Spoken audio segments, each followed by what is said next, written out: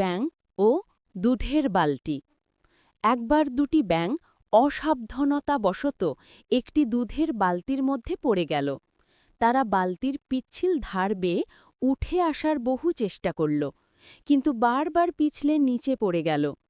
প্রথম ব্যাঙটি কিছু সময় চেষ্টা করার পর হতাশ হয়ে গেল। সে দ্বিতীয় ব্যাঙকে বলল, আর চেষ্টা করে লাভ নেই, আমরা এখানে ডুবেই যাব।